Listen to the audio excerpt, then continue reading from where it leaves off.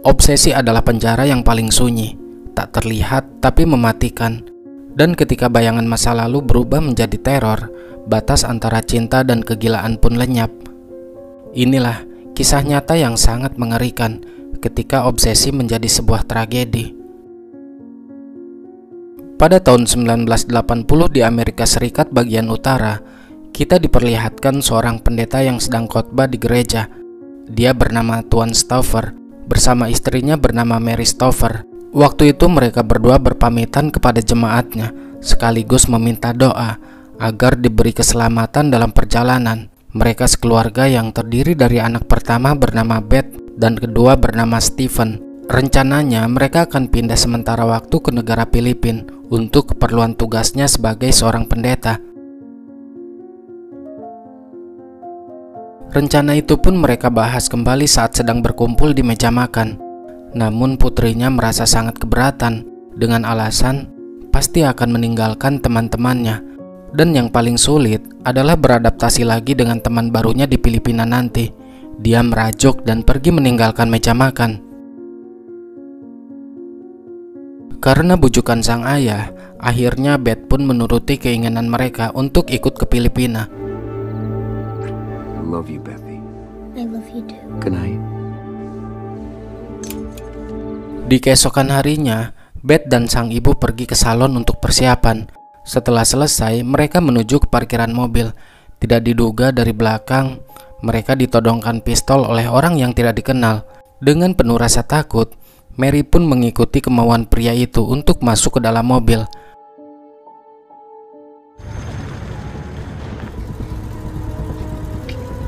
Please don't. You know why, Mary? Why are you doing this? Ketika di tengah perjalanan, mereka berhenti di tempat yang sepi untuk memindahkan Mary dan Beth ke bagasi mobilnya. Hal itu pun sempat terlihat oleh dua orang bocah yang sedang bermain sepeda di sana. Get in. No. Please. Get in. Okay. Salah satu dari mereka yang bernama Jason menghampiri si penculik. Merasa kehadiran Jason akan mengancam dirinya. Lantas pria itu sekalian menyekapnya ke dalam bagasi. Dan bocah satunya lagi berhasil kabur dari sana. It's okay. I'm here.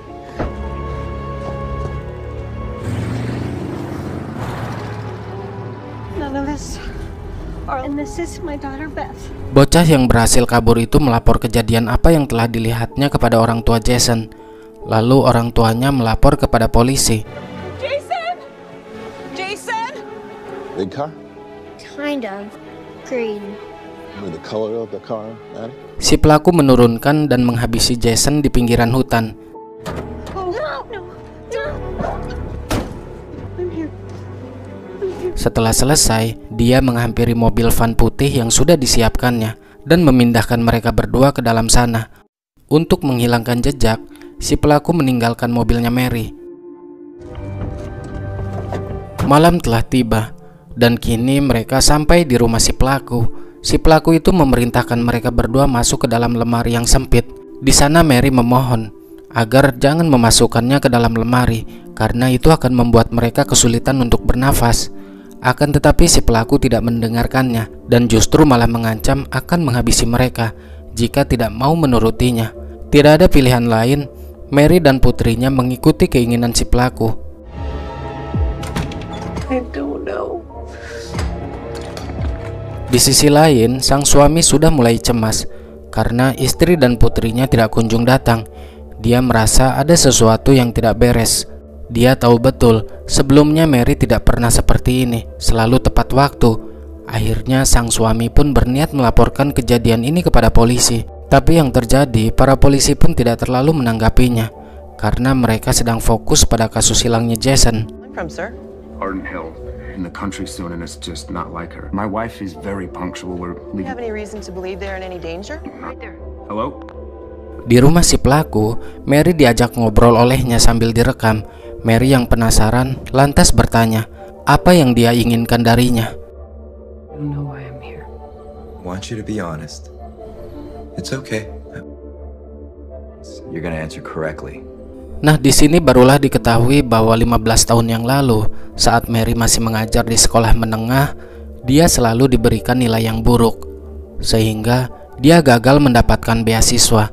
Diketahui pria itu bernama Ming, dan kini dia membalaskan dendam atas apa yang dilakukan oleh Mary saat itu. Ming, Accept me, right? I want to believe that.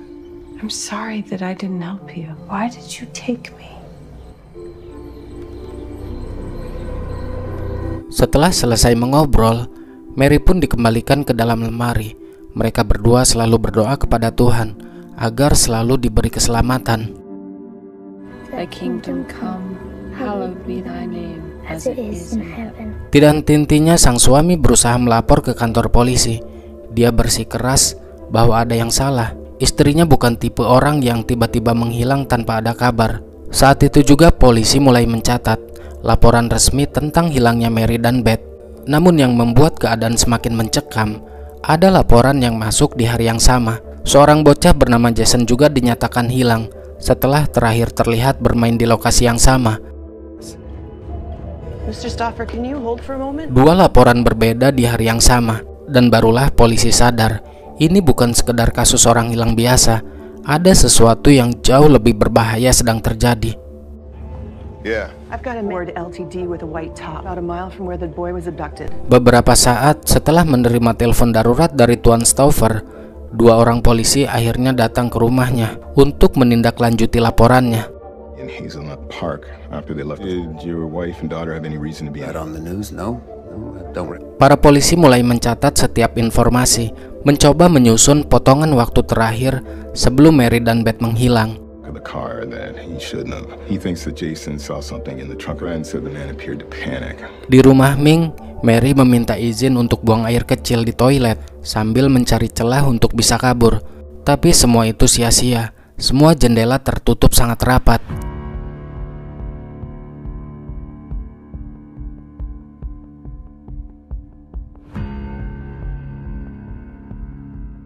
Setelah itu, terlihat mereka akan melakukan makan malam bersama.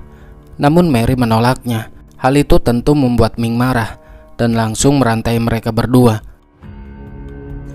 But I know I can trust as long as you don't try and escape. I will kill you. No. Hari ketujuh penculikan. Mary pun diajak ngobrol kembali oleh Ming sambil direkam. Di sini Ming mengungkapkan isi hatinya, bahwa sebenarnya sedari dulu dia menyukai Mary. Diam-diam dia sering berfantasi tentang dirinya. Dan ini juga salah satu alasan kenapa Ming menculiknya, karena dia suka terhadap gurunya itu. Lalu Mary menjawab, "Jika kamu mencintaiku, kamu pasti tidak akan menyakiti." Everyone lies to me. I know that you can trust me. You want me to be honest, right? Okay. Let's be honest with each other. We understand each other. Why would you want to hurt me? Love me. Pada suatu ketika, Ming melihat dan mendengar tentang hilangnya Mary dan Beth. Karena panik, dia pun menyuruh Mary menulis surat untuk suaminya yang menyatakan bahwa dirinya baik-baik saja. Dia pergi hanya ingin menyendiri dan menenangkan pikiran saja.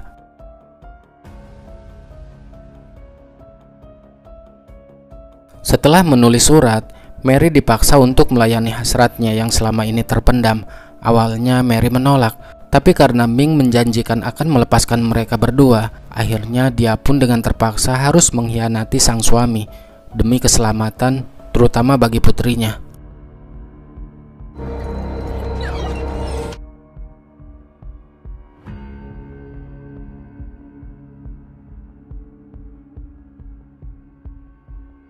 Hari-hari pun terus berlalu. Tidak terasa kini mereka sudah memasuki hari ke-14. Di rumah, sang suami menerima surat yang telah ditulis oleh Mary. She wasn't having second thoughts. Nobody believes that their wife is on. The letter itself was postman's letter either. I don't think we're gonna find any prints. Hasn't harmed them. Then he thinks this will make us and you. Saat pulang dari bekerja, Ming pun menyiapkan tempat makan untuk mereka bertiga, karena hari itu adalah hari ulang tahunnya Mary. Birthday to you. Selesai merayakan ulang tahunnya Mary, Ming pun mengancam akan menghabisi Beth jika dia tidak mau menuruti keinginan hasratnya. Lagi-lagi Mary tidak bisa menolaknya.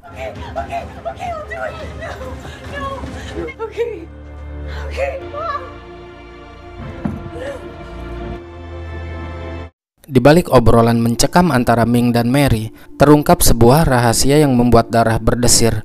Dia mengaku bahwa selama ini dirinya sering menyelinap masuk ke rumah Mary.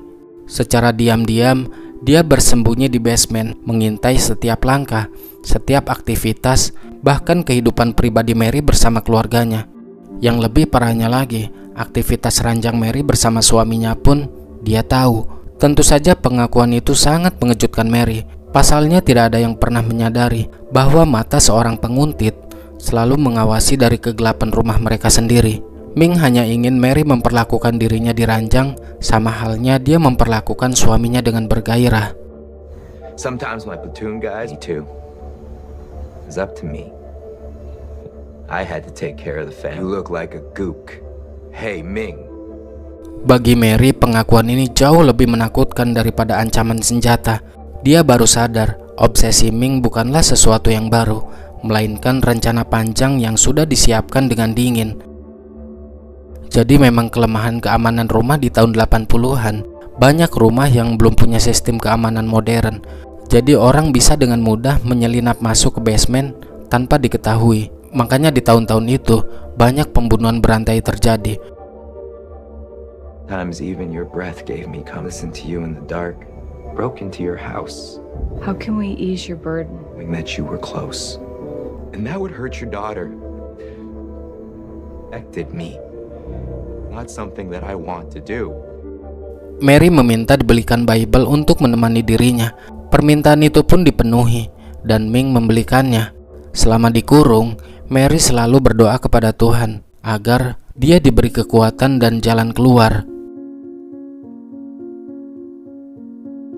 Ketika Ming pergi bekerja, terdengar suara seseorang yang membuka pintu. Ternyata itu adalah saudaranya yang tinggal di basement. Mary berniat ingin menggedor pintu lemari yang digembok dari luar. Tapi setelah dipikir kembali, dia pun mengurungkan niatnya karena khawatir itu adalah jebakan.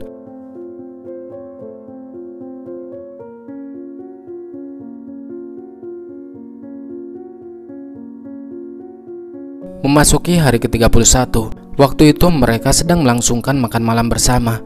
Ming berkata bahwa dirinya mendapatkan undangan konferensi di Chicago. Lalu Ming pun mengajak mereka untuk ikut bersama dirinya.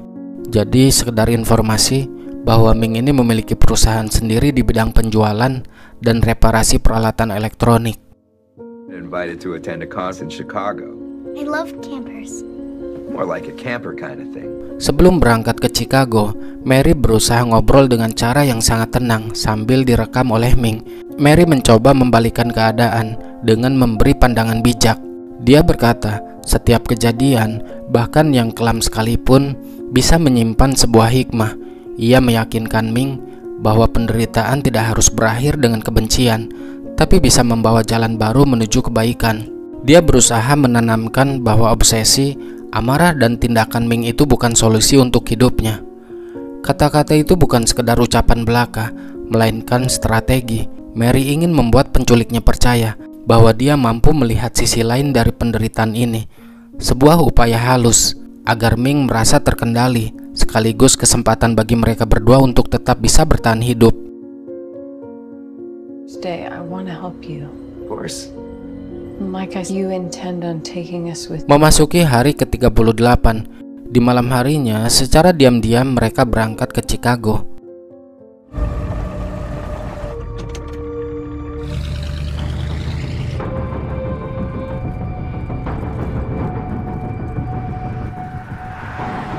Setelah menempuh perjalanan yang cukup jauh, Ming memutuskan untuk beristirahat sejenak di sebuah pom bensin.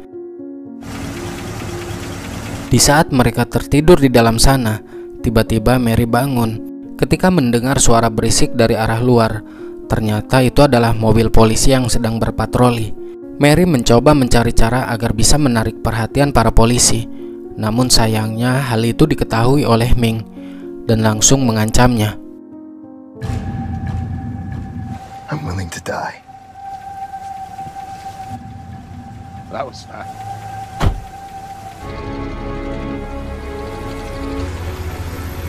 Akhirnya mereka sampai di tempat tujuan. Sebelum Ming pergi meninggalkan mereka di dalam sana, dia menjelaskan bahwa rantainya sudah terhubung dengan tabung gas, yang mana jika ditarik berlebihan, maka akan menimbulkan kebocoran dan meledakkan seluruh isi mobil itu. Di dalam sana juga dia telah memasang mikrofon yang terhubung dengan dirinya, yang mana jika Mary berusaha berteriak meminta bantuan kepada orang lain, maka akan terdengar olehnya. Can you get free? You have to whisper so he doesn't hear us. Di sana Mary melihat ada seorang remaja yang sedang bermain. Mary dengan suara yang lirih meminta bantuan kepadanya, namun mereka mengabaikan dan menganggap bahwa Mary orang gila. Get the police. We're tied up. Please. Shotgun. No, please. Good one. Nice. All right, crazy lady. Setelah selesai acara tersebut, mereka pun kembali pulang. Memasuki hari ke-45, kini mereka berdua tidak lagi dikurung di dalam lemari karena telah menunjukkan sikap baiknya. Tidak hanya itu saja, mereka juga dibebaskan untuk melakukan apapun di dalam kamar. Ming telah mempercayai mereka dan yakin mereka tidak akan berani kabur dari sana. This whole room to yourself. Thank you. If I can trust you. After you showered, surprise for you. Hari itu bertepatan dengan hari ayah. Ming tiba-tiba memberikan sesuatu yang tidak terduga. Dia menyerahkan telepon dan dengan senyum dinginnya berkata kepada Beth, "Kau boleh berbicara dengan ayahmu." Bagi sang ibu itu adalah kejutan yang tidak pernah dia bayangkan. Suara suami sekaligus sang ayah di ujung telepon seakan menjadi cahaya kecil yang menembus kegelapan. Tangis haru pun pecah, meski dalam hitungan beberapa detik.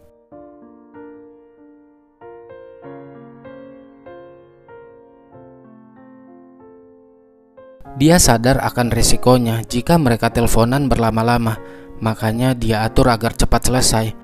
Jadi di era tahun 80-an, butuh waktu beberapa menit panggilan aktif untuk bisa melakukan trace call atau pelacakan nomor dan lokasi.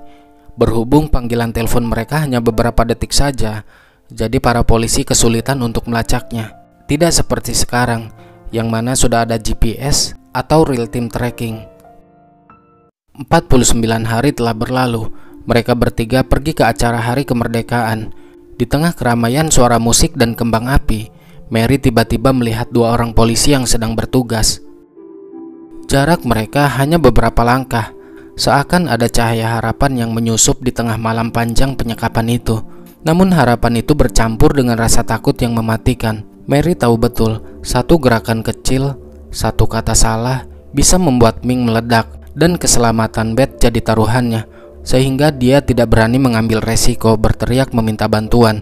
Dia menahan diri dengan harapan bahwa kesempatan yang lebih aman dan tidak beresiko pasti akan datang. Memasuki hari ke-53, saat Ming pergi bekerja, Mary berusaha nekat untuk kabur dari sana melalui celah pintu. Perlahan dia merusak engselnya.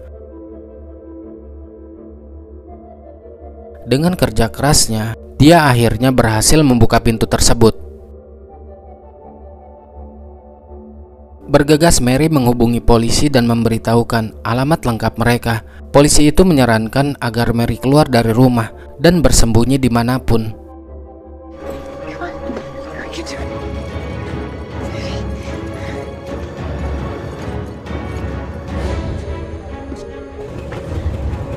Berselang beberapa saat, seorang polwan datang menghampirinya.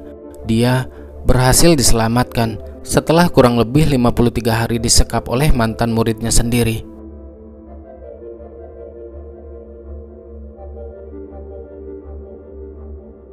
Di sisi lain, para polisi menghampiri ke tempat di mana Ming bekerja untuk melakukan penyergapan.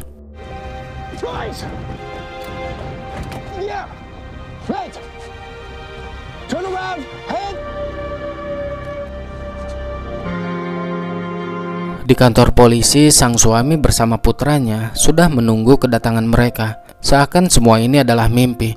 Mereka bisa bertemu dan berkumpul kembali dengan keadaan selamat.